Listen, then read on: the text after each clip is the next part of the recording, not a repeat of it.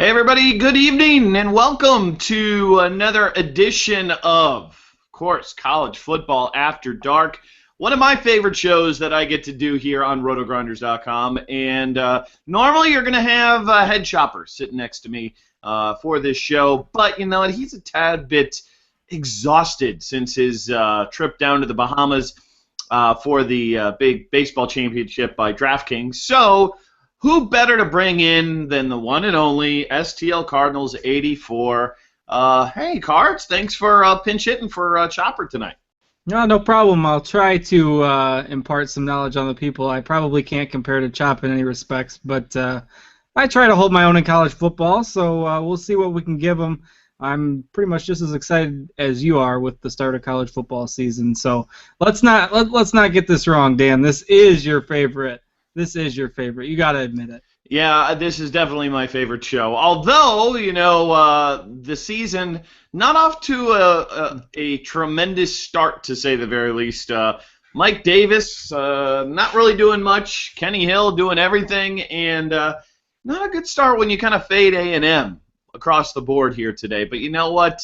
I believe there was a Michael Campanaro issue with Wake Forest last year that I ran into. So yeah. I still survived that, and you know what? It's one game set. We got one on Friday, but we're going to spend most of our day today talking about what's happening on Saturday. And, of course, if you're new to college football and daily fantasy, we're going to try and talk you through it, help you out. We'll be giving you some of our top plays. If you want to know where you can play, well, it's almost like where you can't play. Everybody has seemed to pick up college football this season. Obviously, FanDuel, DraftKings, the two big dogs in town, they've got a lot of big money tournaments, cash games, lots of liquidity in that. So those are great places to start. But don't sleep on some of the other sites. I've really enjoyed the job of the pricing out there at Fantasy Feud. I know that they've got a 100% deposit bonus starting up. We'll talk about that, I believe, tomorrow on the podcast. So there's going to be that's a good site. I always love playing over on Feud. Fantasy Aces has also adopted college football this season, and Draft Day as well. So all those sites are in the mix for college football tonight. So or this year. So hopefully you can explore, find what fits you best, what salary structure you enjoy the most, or even what roster structure you enjoy the most. So a lot of options. It's growing, and was excited to see a lot of the GPPs this Thursday night fill over on FanDuel and DraftKings. So hopefully these prizes continue to grow. Well, Cards, we always get started looking, I think, at the odds when we try to find out which are going to be the highest scoring games. Vegas is the greatest indicator, I believe, of points and projecting who's going to score, and ultimately scoring means fantasy points.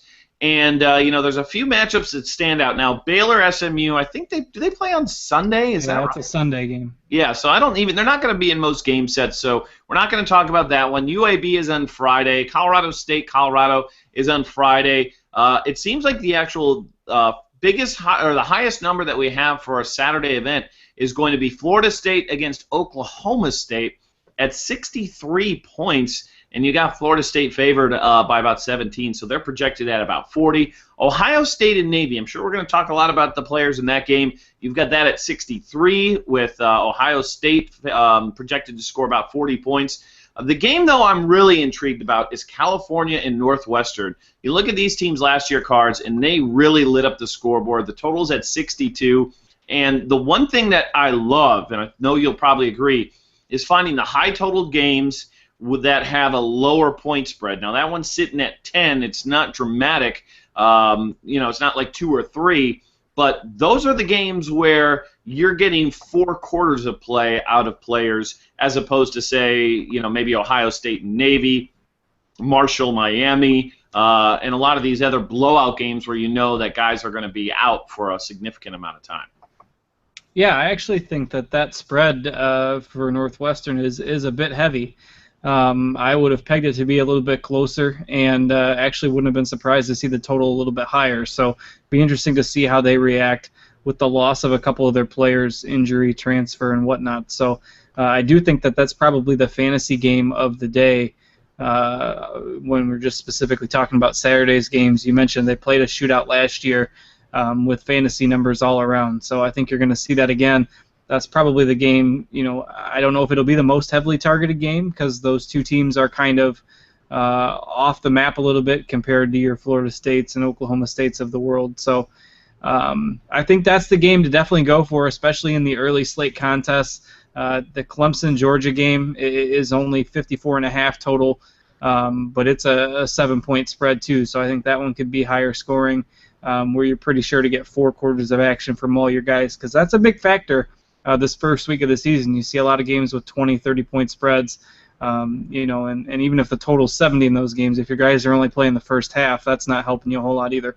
Yeah, a lot of times they'll still get their stats in the first half, but you definitely, it's not a guarantee. I mean, you'll see situations where they run away with it, and maybe it's a wide receiver doesn't get the looks, and more times than not, I think it is with wide receivers that kind of are the guys I'd avoid in more of those blowout situations, because they're always still trying to pound the ball a good bit, and sometimes they break off long runs. So for me, I kind of avoid wide receivers a little bit in that kind of situation.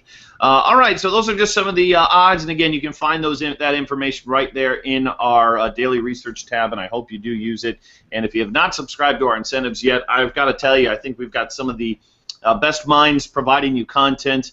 Man, I haven't read your stuff yet, Cards, but A25 Smith absolutely had a phenomenal write-up over there on DraftKings for his incentives. So I hope everybody gives those a look. I think it's $75 for the entire season. I think you can make that back easily. So hopefully you take advantage of that. Okay, Cards, let's jump into the quarterback spot. And it's a little bit difficult to talk right now the first 3-4 weeks because these game sets are like all over the place. Yeah. I don't know about you, but I hope, and I know that sometimes these guys will listen to what we have to say, but I would hope that maybe DraftKings would scale it back a little bit. I don't see the point in running these Division I teams like Oregon and Maryland and whomever else against these Division II teams basically, or Division I AA they used to be called. And it's frustrating to no end because not only you talk about a game set, it doesn't necessarily apply to both of the major sites, but it's also really tough to kind of handicap the game like we talked about because you don't know how long these players are going to be in. Yeah, and then on the other end of the spectrum, I believe it's the same this year, that FanDuel is offering Conference USA, but DraftKings is not. So you have those teams where it's the inverse, where they're actually available on FanDuel but not on DraftKings. So it really makes it hard. I mean, unless you're taking a major conference player, obviously those guys are going to be available on both sites. But for the first 4 weeks when it's heavy non-conference play, you'll see a lot of different plays, that have to be, specifically one site or the other. And I'd say a lot of the other sites, a lot of the smaller sites tend to lean more towards what FanDuel is doing compared to DraftKings as far as their game slate offerings. If you're just trying to figure out, what quarterbacks are going to be in play on draft day, for example. That's a generally what they do. But, yeah, it does make it hard to break down, when they're playing Presbyterian College or Appalachian State or something like that. But certainly makes it interesting in terms of the scoring. You'll see some high-scoring weeks for sure as some of these players put up big numbers. All right, we'll obviously talk about DraftKings. We'll kind of talk about FanDuel. We'll kind of mix them together as we go through these positions. And, the high-end plays on FanDuel, for me, I think Rakeem Cato, if there's a guy you're paying up for, he's 9,800 on FanDuel. I have a tough time not putting him in my lineup simply because I think his floor, this might sound crazy, I think his floor is 4 touchdown passes this week, and potentially could have as many as 6 in that game. You're saying, Dan, it's a blowout. It's going to be you're right. It probably is going to be a blowout, but look at this guy in his career. He actually has a chance, I believe, to eclipse many career records in the NCAA because he's just been dynamic for quite some time. I think he's the surest thing out there, even more so than Winston against Oklahoma State. And if there's somebody I'm paying up, again, this is FanDuel exclusive because he's over there, I think Rakeem Cato's my guy. Yeah, definitely a guy that I'm looking at this week. I mean, the price tag is certainly high, but those guaranteed points from the quarterback position are certainly a bonus to have in your back pocket, especially with some of the looser pricing. this week. Now, FanDuel's pricing is actually not too bad. I mean, you can't get a full all-star roster over there. But Cato, definitely a guy I'm looking at as far as if I'm going to pay up at quarterback. I don't mind Brett Hundley. What concerns me with Brett Hundley, and interested to get your take on this too, a cross-country game, first game of the season, against a Virginia team that loves to run the football and bleed the clock, and they just like to play a boring type of game. That concerns me a bit with Hundley. I love his dual threat ability, but he's pricey, and the matchup, although on paper Virginia isn't that good, I could see this being like a 27-10 type of ball game. Where Brett Hundley isn't making value. So as far as one of the big name quarterbacks in the country, maybe the first week is a week to pass on Hundley. I kind of agree with you. I think he obviously is a fine tournament play because of the upside he brings, but I wouldn't be comfortable with him in my cash games, especially because he's not really that cheap anywhere, and there is that bit of risk involved with him. But he is a great player. More times than not, the great players show up. But I'm in total agreement with you. I've got my list of top guys, and I don't see him on it, especially when you factor in price. So I'm with you on that one. Now, what's your thought? I'll tell you a guy who I think is two guys who are going to fly a little bit under the radar here today. I think Dak Prescott at Southern Miss, against Southern Miss, he's 9,600, so he's really expensive. But look at the numbers last year for him when he played subpar teams. He absolutely put up gaudy numbers, and Southern Miss is not very good. And I think Mississippi State wants to open and make quite a statement this year because Dan Mullen, I mean, let's put it this way, he's been there for a while. He hasn't really gotten that team where they expected to. But Prescott brings it all to the table, passing, running. He's that dual threat guy that I think gets totally overlooked. And I think he's somebody who I actually prefer more than Hundley, who's probably at a similar price point on a lot of sites. Yeah, Prescott, I remember when he got his first start. I'm blanking on the name of the Mississippi State quarterback that was originally the starter last year, but he got injured, and then that allowed Prescott to come in.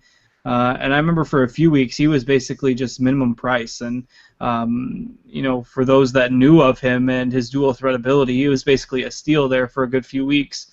You won't find him at that cheap price anymore, but Southern Miss's defense is awful.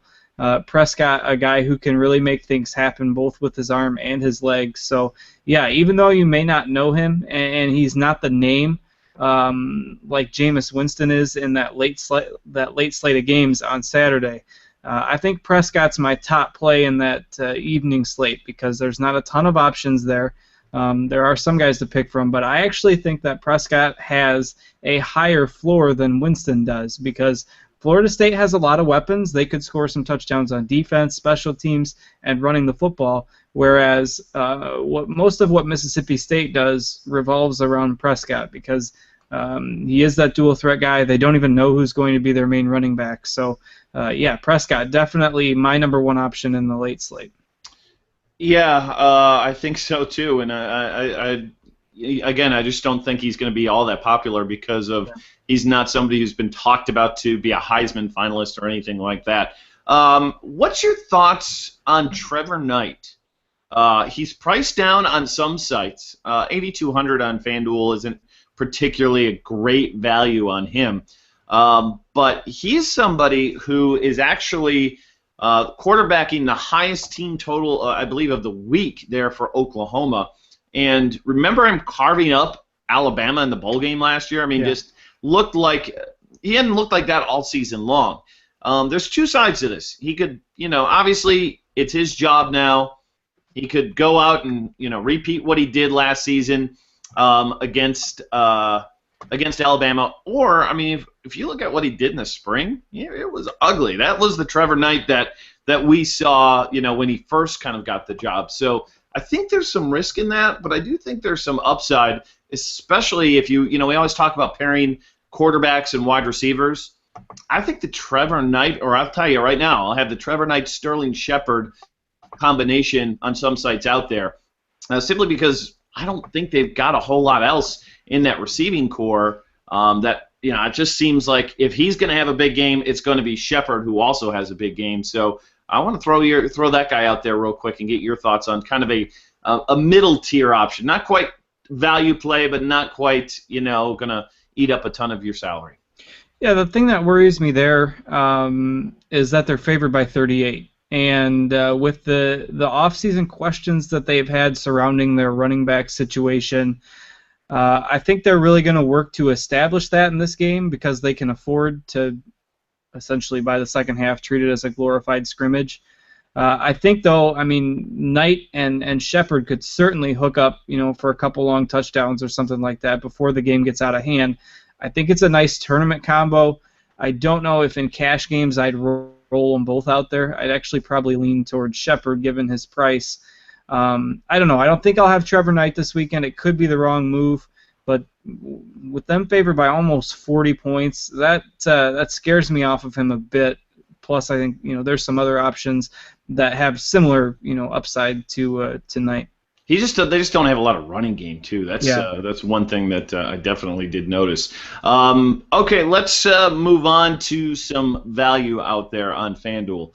JT Barrett, he's available on FanDuel, not on DraftKings, and he's minimum salary going against Navy. Now, obviously, Braxton Miller was expected to be one of the very best quarterbacks this season, compete for the Heisman, and potentially bring Ohio State to the national championship. Barrett, what's your read on him in this matchup? I think obviously he's got to be in play simply because of who they're playing, how much they're favored by, and the fact that quarterbacks in an Urban Meyer offense seem to always do well. But the question is he that? Are you that confident in him to roll him in your cash games though at 4,500? What's your take on him tonight? Yeah, actually, I think I am. As of now, I do have him in most of my cash game lineups on FanDuel simply because that 4,500 price tag, I mean, you can get two stud running backs or a stud running back and a receiver fairly easily if you slot Barrett in there. And although he is young, raw, inexperienced, this is at least a matchup where he shouldn't be overwhelmed. And you would think that they'll at least try to get him comfortable and not just run the ball all game long. And to add to that, they've had some issues with their starting running back. Ezekiel Elliott had some off-season surgery. He's going to be good to go for this game, but how long will he be in there? I haven't seen much clarity on that yet. But Barrett, I think he's got some weapons around him, and for minimum price, I mean, I would certainly feel comfortable rolling him out there, even in a cash game. I might end up hedging that a little bit, and getting Rakeem Cato on the high end on some teams. But yeah, I mean, there's still Vegas is clearly not fazed by the news that Miller's out. I had their lineup here earlier. It's they're 17-point favorites. Yeah, 17-point favorites with a total of 54, so they're projected to score around 35 points. If Barrett gets a couple of touchdowns and maybe 250 total yards, I think that's perfectly fine for that price. Yep. He's capable as a runner as well, from what I've read. So, yeah, I wouldn't be worried about him. I mean, if they were playing a conference game against Michigan State or facing a tough defense in a non-conference game, sure, I would avoid him here. But the minimum price tag is a little too much to pass on for me. Yeah, I think his floor makes value, which is rare.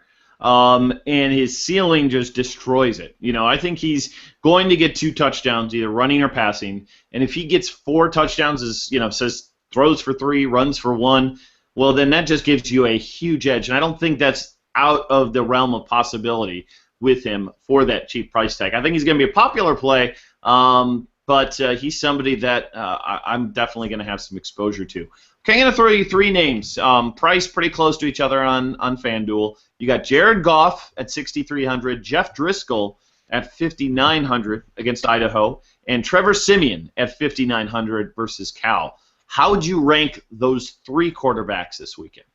I'd probably rank Driscoll first, Goff second, and Siemian third. The reason for that being, Florida wants to go out and make a statement because, let's face it, they were flat out awful on offense last year.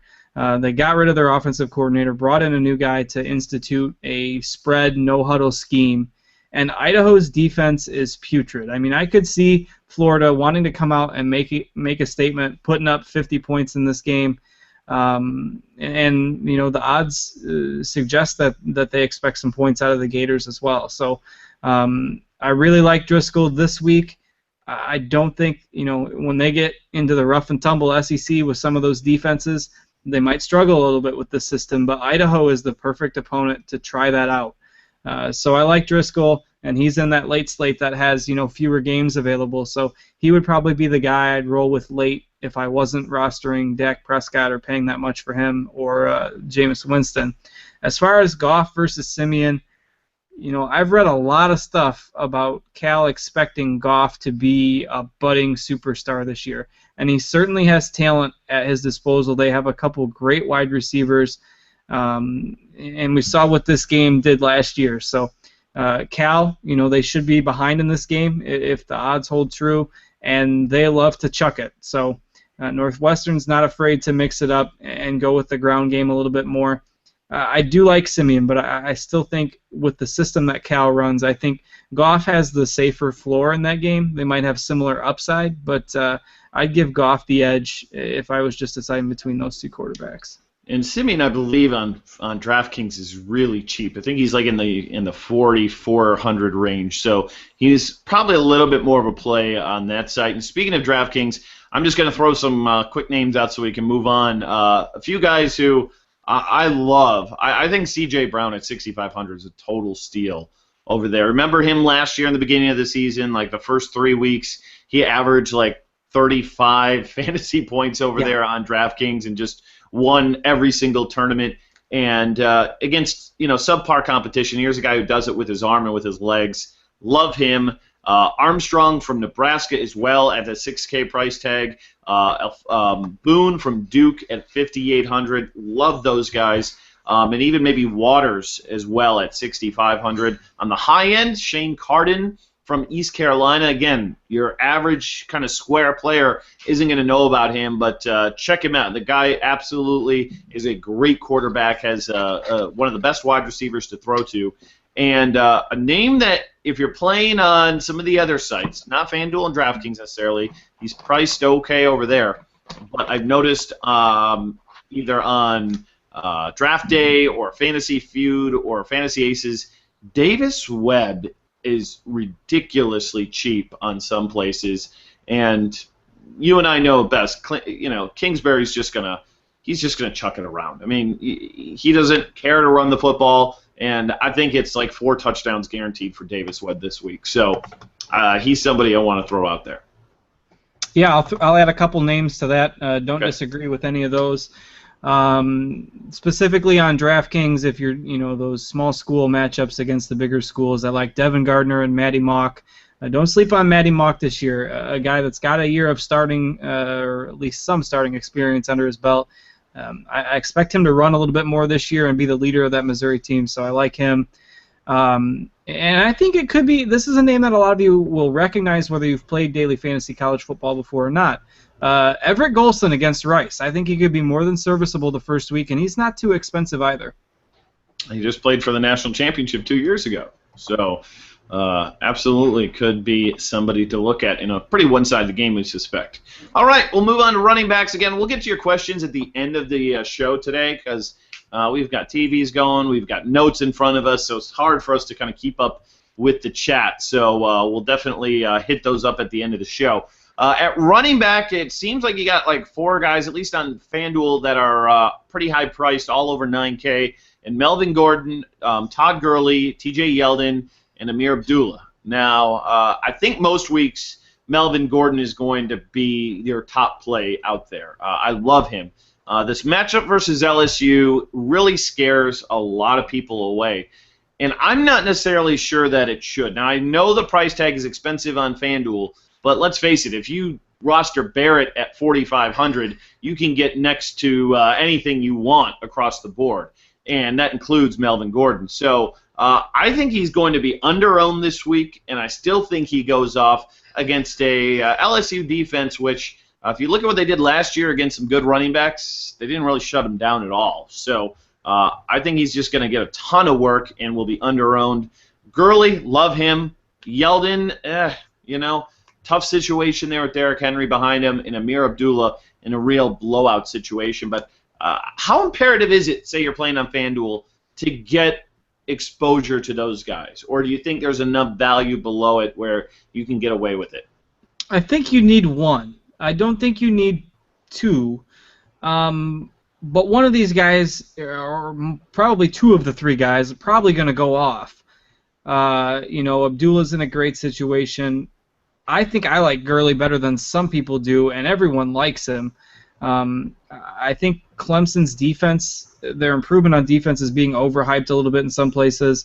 And Todd Gurley, when he's healthy and he gets the carries, he's just a freak on the football field. And same with Melvin Gordon. I mean, Melvin Gordon averaged 8 yards a carry last year, and it's not like he's playing, in a poor conference. He's playing in the Big Ten with Ohio State, Michigan State, some fairly good defenses there. So Melvin Gordon's probably, if it's not a quarterback that wins the Heisman this year, it's probably going to be him. I know we talked about him in our playbook segment that was released today. So. Even if you go relatively expensive at quarterback, you can still fit in one really good running back. It's probably best to do that and be safe and go for a cheaper guy at wide receiver or tight end, positions that you can find a diamond in the rough maybe a little easier. With how many teams these days that use a committee at running back, it's really, really hard to find guys that are guaranteed touches in production week in and week out. And with guys like Gordon and Gurley and Abdullah, they're going to get their numbers. So the group I would shy away from there would maybe be the Alabama guys, simply because we don't know how it's going to shake out. But even then, I think getting one stud running back is a really good strategy. Yeah, I'm just looking at some of the other names below it, and there's guys who definitely have potential to go off, but I'm not seeing anything right now that looks like an absolute must play, can't miss at below 6K or anything like that. So that's why I'm the way I see myself almost building the lineups is using one of those value guys at quarterback, and then kind of loading up a little bit at running back and wide receiver.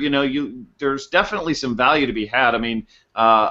I put together a fantasy feud team, and there is major value over there at wide receiver. So, again, check the site's score, and everything is different. I don't think they're PPR over there. But there's, definitely seems to be some value at other places than at running back. Now, Ezekiel Elliott, somebody you mentioned against Navy, came in banged up. Moderate price tag here, but, you've got this worry about injury compounded with the fact that it could be a blowout. I'm not on him right now, but he's one guy I could be regretting a good bit not being on. Yeah, I've cooled on him a little bit, simply because of the situation. He's been cleared, so he's okay to go. The question is, how long will they let him go, or will they split carries with two or three different guys? You just don't know. Urban Meyer is one of those guys that doesn't always give the most information. So I'm not on him right now either, unless we get, there was a situation last year, I don't know if you remember this, but there was a game where it was randomly announced that Carlos Hyde wasn't going to start 5 minutes before kickoff. Mm-hmm. Everyone got off of him, and then he still ended up having a huge game. So, Urban Meyer is one of those sneaky coaches with his running backs. You just never know. So I don't mind playing it safe there. But I would agree. I just don't think there's a surefire thing, in that 6K, 7K range on FanDuel. I do like Trayvon Green for Northwestern, with the Venrick Mark transferring out and then Stephen Buckley injured. We've mentioned that it's going to be a shootout with Cal. Trayvon Green is guaranteed touches. He's going to be their lead back. He's going against a bad defense, and he's relatively cheap across the industry. I know on DraftKings he's fairly inexpensive as well. So Trayvon Green is probably the safest bet you have in the mid-range for the early games. For the late games, there's an absolute must-play on Saturday, and that's Carlos Williams for Florida State. He is way, way too cheap on FanDuel and DraftKings. There's almost no way that I won't have Carlos Williams on almost every team I make Saturday night. Yeah, he's really cheap, and you do run the risk. He should get the reps. You never know with Florida State and Jimbo Fisher. They have a lot of good running backs. It's his turn, though, based on all the departures they had a year ago. And I think in tournaments, he could be a fade, but you're right. In your cash games, I don't think I'd get too cute with it. A few other names to throw out there as potentials. How about Calvin Taylor against Idaho? He's somebody who was just, Fred Taylor's son, one of the best running backs in the state of Florida a couple of years ago, and showed some glimpses last season behind a really porous offense, and now you look at this situation, they're going to speed up play. They're going to obviously try and fatigue that defense like these spread offenses do. And everybody thinks Driscoll is going to improve, and I do as well. But I think Kelvin Taylor could be somebody who really kind of transforms into the player we kind of expected him to be as a true freshman, because you can grow up a lot in the off season, and he said that he's gotten bigger and faster. So I think Kelvin Taylor against Idaho looks like a really good play.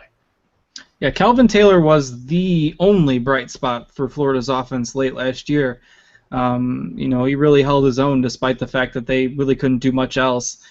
What's weird is that Mac Brown, who is kind of the number 2 running back at Florida now, was actually named to the preseason All-SEC third team, and he's not even going to start. So use that for what you will. If that motivates Kelvin Taylor, surely I think both of those guys will get carries in this game. I think they can both produce.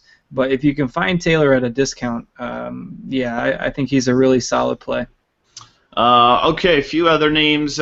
Is Derek Green the top dog in Michigan? I mean, they've got to be out for blood. Last time they played Appalachian State, they lost. Yeah. So they want to beat him by about 60 this time. Is Green the running back you want? I don't know. I don't think I'm touching it. Their offensive line last year was really, really bad. They still have some questions there. I think the most production you'll see from them in a running game is on scrambles from Gardner. And until we get, a guy that clearly establishes himself, I just think it's too risky. So I think he's going to be the starter and probably the guy that gets the most carries, but anybody's guess as to how much he will produce. It's a boomer bust play for sure. I think it's a great chance to take in a tournament because, they should score a bunch of points.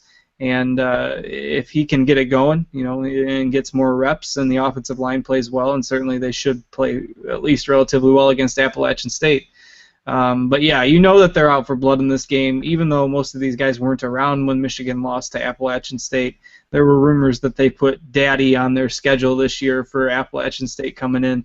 They're going to keep the pedal to the ground in this game until it's surely out of hand. So it's risky, but tournaments, I think it's worth a shot. Derrick Henry, 4,800 on FanDuel, interest you?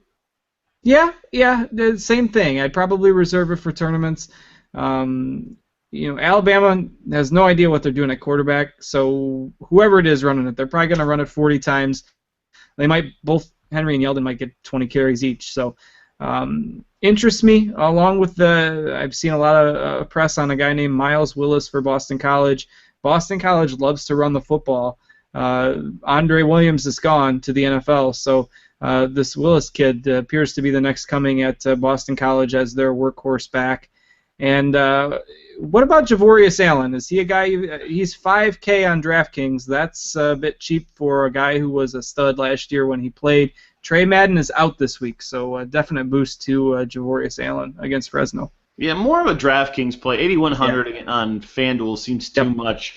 But he did have 2 touchdowns. They just played in their last time they faced each other in that bowl game. So you look at that, and it's pretty good history there. And Sarkisian maybe is a former quarterback, but I'm not sure they're totally sold in that quarterback spot. So I wouldn't hate on that. Dwayne Washington, another new running back out there for Washington, takes over for Bishop Sankey, who was an absolute machine in that offense a year ago. 4,400 on DraftKings, in the mid 5K range on FanDuel. He could be a sneaky play. And what about this Hawaii running back? What's your take on him? Because he is a workhorse. He's only 4,400 on DraftKings. And I know it's a Pac-10 defense, and Chris Peterson now moves on to Washington. Is he somebody that's he appears to be underpriced over there, considering he gets about 30 carries a game and put up some gaudy numbers last year. What's his name? Joey is Iosifo? I think it's Iosifo. Yes. What's your take on him? Yeah, I like him. I think he's really sneaky for the first week. That game is late at night, and if you want a late night sweat, fire him in there. before he got hurt last year, yeah, they were giving him 25, 30 carries a game. They're not afraid to just run him all day. They say he's fully healthy. Yeah, I think he's a great play everywhere. I mean, he seems underpriced given the injury to end last year.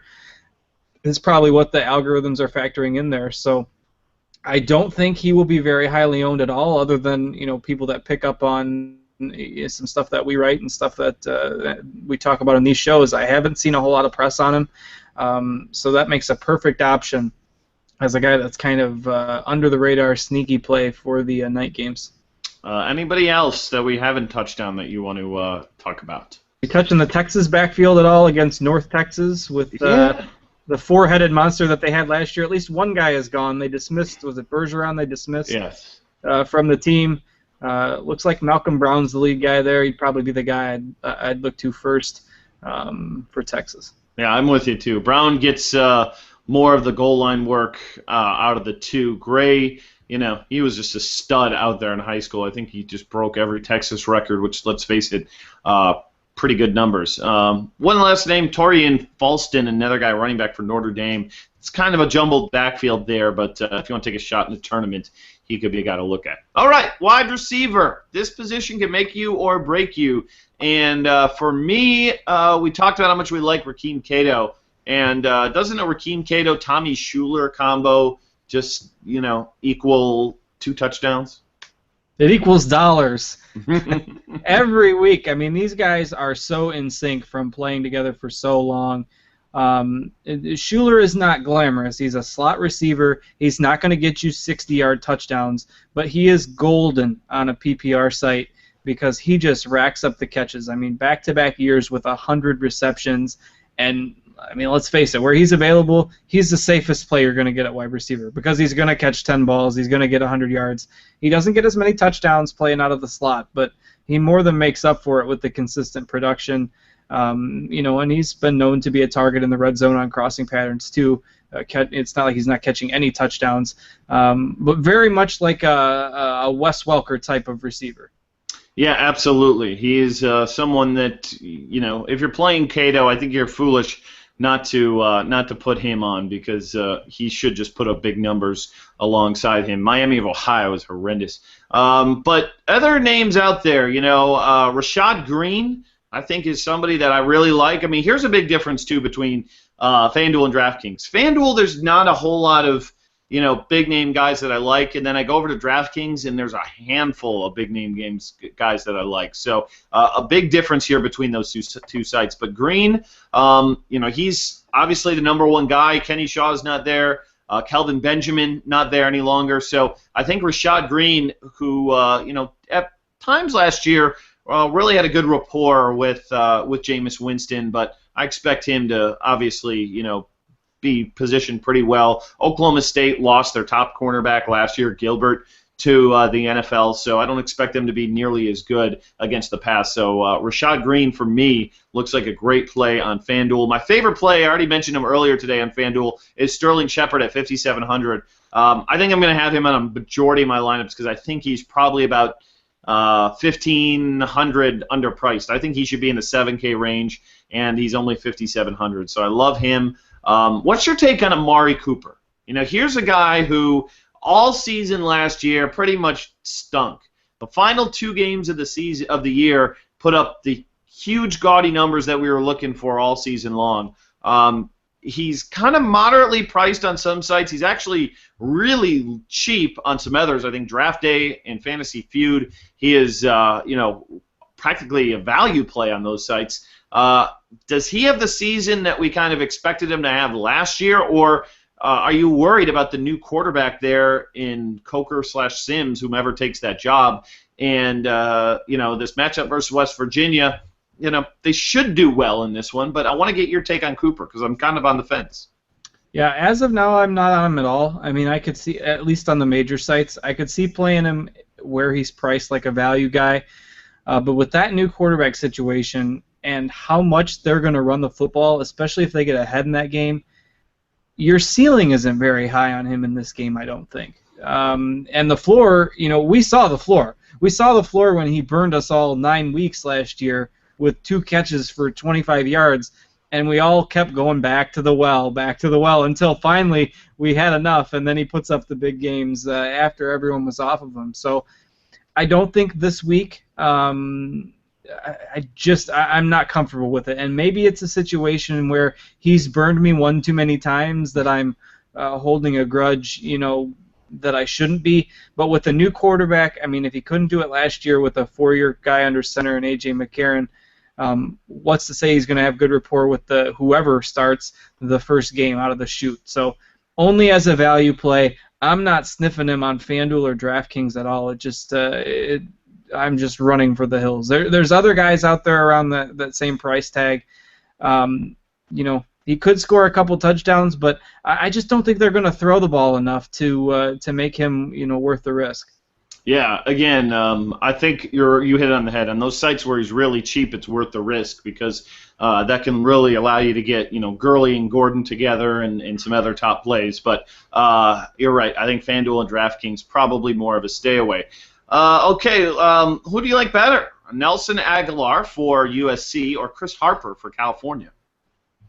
That's a great question. I think I like them both. I'd probably go with Harper, given the fact that we know how much Cal's going to throw it, and Harper was fabulous last year against Northwestern. I believe that was his first collegiate game, and he just went off. He has 11 or 12 catches. I don't have it in front of me, but 140-some yards, a couple touchdowns. I just love his talent, and if Goff's going to take off this year, Harper should take off as well. I think they're a great pairing for a GPP, but I do like Aguilar as well. The worry there, though, is that they're so loaded at running back with the uncertainty at quarterback. They've got a good matchup against Fresno. I think Aguilar is certainly a solid play, but I'd give Harper the edge if ranking them one-on-one. All right. Top value plays, at least on FanDuel, and then I'll get to some of the guys on DraftKings I really like on the high end. I'm going to throw a name out there that's going to surprise some people because he's not really well known, but he is kind of like Percy Harvin except for Ohio State. That's Dontre Wilson. This kid has got incredible wheels. I mean, he is so fast. I don't see any chance of Navy being able to control him if he gets the ball in space. I think it's done. It's over with.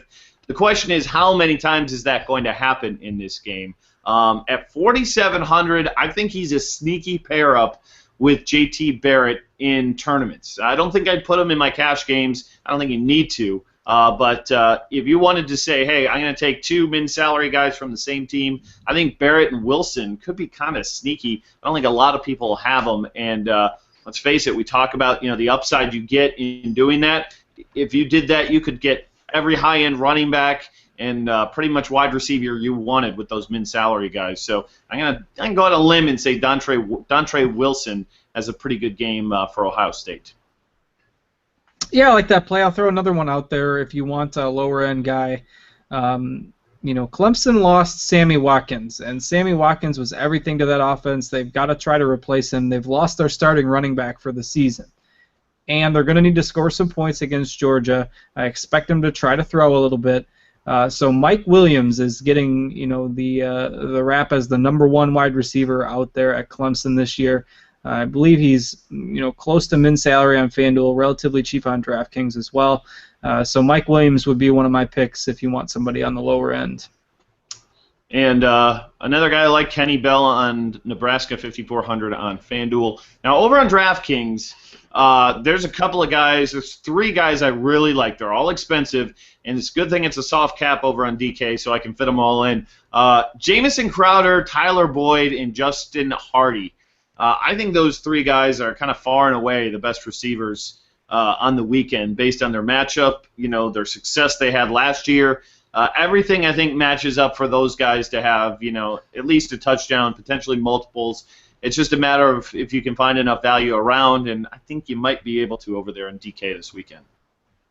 Yeah, you definitely can, find some value, whether it's at other positions or even with one of your wideouts. I'll throw a few more out there. I kind of feel the same way about this mid-range guy, one of my favorite plays on DraftKings. Kind of similar to Amari Cooper in the fact that highly touted, really struggled towards the end of last year, dealt with some injuries, and eventually got knocked out for the season. But that's Stephon Diggs for Maryland. If you've never seen this kid play, he's an electric talent. Maryland plays James Madison. I expect him and C.J. Brown to have a good day on Saturday. So Stephon Diggs, he's 5K on DraftKings, definitely a guy to keep your eye on.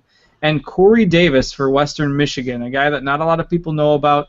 I follow NIU, my alum. I'm an alum of NIU, so I follow the MAC pretty close. Corey Davis is probably the best wide receiver in the MAC, and I know they're taking on a Big Ten team, but at least that team is Purdue, and Western Michigan could very well hang in that game, and if they do, Corey Davis should have a big day. So if you're trying to fit some of those big-name receivers like a Crowder or a Tyler Boyd or a Justin Hardy, you'll probably need to look, to the 5K range for at least one of your wideouts or your flex play. So Diggs and Corey Davis are some guys that you can kind of look at in that range, but I do like those top guys too. I'm going to throw Quinshot Davis of UNC. My love for Marquise Williams. He still has not confirmed the starter, and I'm afraid that they're going to be switching around quarterbacks in that matchup. So for me, I'll just take a wide receiver in Davis, who will probably do some good things in that matchup. Shane Wynn of Indiana, they get a patsy there. What's your take on Funchess? Was a tight end last year, only $4,400 on DraftKings, pretty cheap on some other sites. What's your feeling on him against App State? Yeah, I wouldn't take him on FanDuel where he's priced, as the number one wideout for Michigan. He's, I think, one of the top 4 priced wide receivers on FanDuel for the early slate. So I wouldn't take him there. I do think he's worth it, though, on DraftKings. With Gallen gone, the talk is that he's going to be the guy. So I wouldn't get scared. Some people will get the notion that, well, he was just a tight end, so now that he's at wide receiver, if there's any place where he's still listed as a tight end, just lock him in and play him there. But on DraftKings, some other sites, relatively reasonably priced as a wideout, certainly I think he could be worth the play. He's going to be their red zone target in the passing game because he's a great, a big guy, a great target for Gardner in the red zone. I do believe on Fantasy Aces he is a tight end, so definitely keep your eye. Lock him in. Let's move on to the tight end spot here before we get to some of your questions. And normally tight end's kind of difficult, pain to roster. There are some decent guys coming back here tonight, and early on in the season, not overly expensive. Now I know you subscribe to the don't pay up for tight ends. I don't see anybody out there priced like we kind of saw. Ebron or Amaro last year, where they were just through the roof. So I'm not sure I agree with you on that, because I think there's some situations here this week where there's some can't miss stats, and I just don't think early on you need to do that. Maybe down the road when some of the salaries kind of straighten out, when we've got more data, the site's algorithms can work a little bit better. But at this point in time, I think you can find enough value in the other spots where I'm not recommending a big punt, because honestly I don't see a whole lot out there. But O'Leary, is he clear-cut number 1 for you? I think so. But the question, on most sites he is the highest priced guy, and sometimes by a good bit. He's $4,900 on FanDuel, I believe. I don't know. I still don't know if I want to go there. But I do agree this week. The caps are relatively soft still. The top guys are not overly expensive, so I don't think you have to go down, on DraftKings and take a 2K tight end and punt it this week. I think we are seeing, some unique circumstances here. So certainly I think you can fit O'Leary in there, and I think, he's guaranteed a solid game, 6 catches for 80 yards or something like that. And certainly you don't get that with a lot of tight ends. You take a punt tight end, you could very well get goose-egged. I like Hoyerman on Ohio State. I think he's in a good position here. Vitale or Telfer? What about those guys? I think they're both on my list here. Yeah, I've got exposure to both. I think I like Telfer a little bit better. With USC, they do tend to play it a little bit conservative with their offense at times. They've talked about Telfer being a big part of that offense. So I give him the edge. I think he's got a little bit more upside. I think he's probably more likely for a touchdown. So I'll give Telfer the edge there. And, I think we've talked before about the Notre Dame tight end Ben Koyak. I think he's a solid play as well against Rice. Last question for you, Blake Bell, the Belldozer. We're seeing him, get some snaps at quarterback. I've got a hunch if they get to the goal line, it's his touchdown to be had. He scored like 20 some odd touchdowns his first couple seasons. He's supposed to line up at tight end. I don't know how many balls he's going to catch, but with the value of running touchdowns on some sites greater than receiving touchdowns, do you risk him in maybe a tournament? Maybe. I don't know if I'm gutsy enough to do it until we see what they're going to do with him. But if you want to get ahead of the train, this would be the week to do it. I mean, if he gets 2 touchdowns this week, then that's going to be the end of the party because either everyone's going to be on him next week or his price is going to skyrocket. So if you want to be ahead of the curve, I mean, I could see taking a risk on it. But I don't know. I don't think I have the stones to go there, but certainly worth monitoring. If anybody's got any questions, right now is the time to do it. So go ahead and throw them in the chat, and we will try to answer some of those questions while we let the chat play catch up a little bit. Is there any advice you want to give to newer players out there that because there's a lot of people who haven't played daily fantasy college football, this is their first go at it? Yeah, I think, and this is something I know that you and I both subscribe to, so I know you'll agree with me here. If there's a sport to play multiple lineups, this is the sport to do it because there are so many players, there are so many guys that can produce on any given week. You'll find yourself invariably at some point waffling back and forth between this combo or that combo. It's the perfect opportunity to make different lineups. And I'm not saying that you have to throw 12, 14, 15 different lineups out there, but even, if you're playing across different sites, that's a good way to get some diversity, or even if you're only playing on one site, rolling maybe 3 lineups out there is generally good enough to manage and still, get you exposure to a few different players that you like. So, and there's still not a ton of overlap because there's just so many players available. So college football, I think, more so than baseball or NFL, this is the sport where you can make it work with multiple lineups if you have the time to to put more than one together. Yeah, I totally agree. I think that you're almost doing yourself a disservice if you don't do it.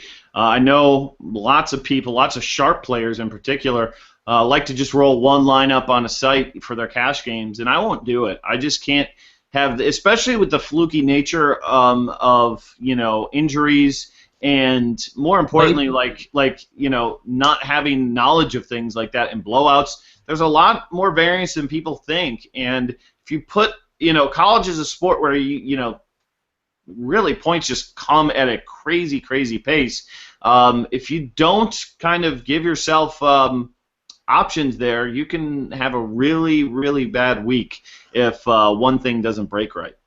Yeah, and if one of your players goes down in the first quarter, and I mean that's going to happen every now and again, and the people who subscribe to the other side of that will say that evens out in the long run, and they want to throw their 1+ EV lineup out there the most. But for me, I mean this is I've got some DraftKings and some FanDuel teams built right now, and I've got 3 rosters on each site, and I think I'm comfortable with rolling that out, and you get a benefit too of having multiple game sets, so you don't have to put as much in play for the the early slate. You can play some late games too. There's just so much flexibility. It all comes down to how much time you want to put into it and how much research you want to do, and that's what we're here for. Absolutely. Well, that's going to do it for us tonight. We certainly appreciate you checking us out here at Grinders Live, College Football After Dark. We'll obviously be back next week. Head Shopper will be back into his usual spot here with me. Justin, certainly appreciate you pinch hitting for him. You can catch both of us in the College Football Playbook. You saw the quarterback, running back editions yesterday and today. Tomorrow you'll get the wide receivers. So that'll be coming to you that feature each and every week. For 3 times a week, so should be a good way for you to get some more great college football content. Again, check out our incentives. If you haven't signed up through one of the sites through our links, that's a great way to get it for free. If you already have, pony up the money. I promise you'll find it very useful as you build your teams pretty much each and every week for college football. For my good buddy, Justin, STL Cards, I am Dan, DB730 Bach. Until next time, have yourself a great weekend, and we will see ya.